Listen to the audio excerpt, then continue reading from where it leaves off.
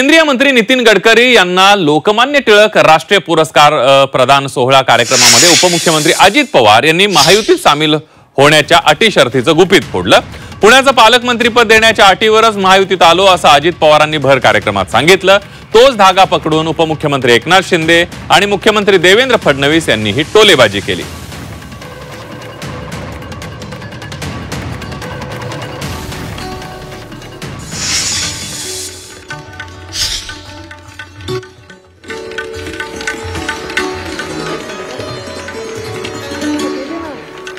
असा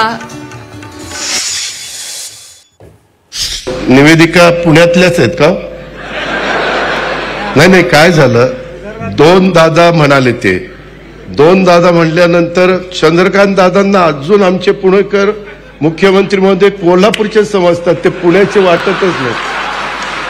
ही सगळे काय अडचण आहे, त्याच्यात जरा तुम्ही लक्ष घालावं देवेंद्रजी, तुम्ही सगळीकडे लक्ष घालता, इथंच लक्ष घालत नाही। माझ्या आधी ते पालकमंत्री होते। आता आपलं तुमच्या बरोबर यायचं ठरलं तेव्हाच तुम्ही कबूल केलं, तुझा पुण्याचा पालकमंत्री करणारे म्हणून मी आलो।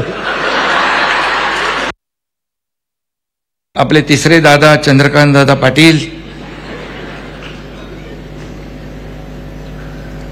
दादांचं काय मनामध्ये काय बरोबर दिसत नाही परत कोल्हापूरला पाठवायचं काय?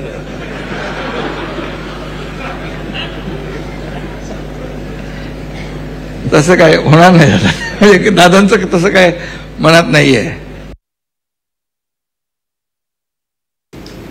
माझे सहकारी उपमुख्यमंत्री माननीय एकनाथराव शिंदेजी, माननीय अजितदादा पवारजी, पुण्यातले दुसरे दादा जे कधी दादागिरी करत नाहीत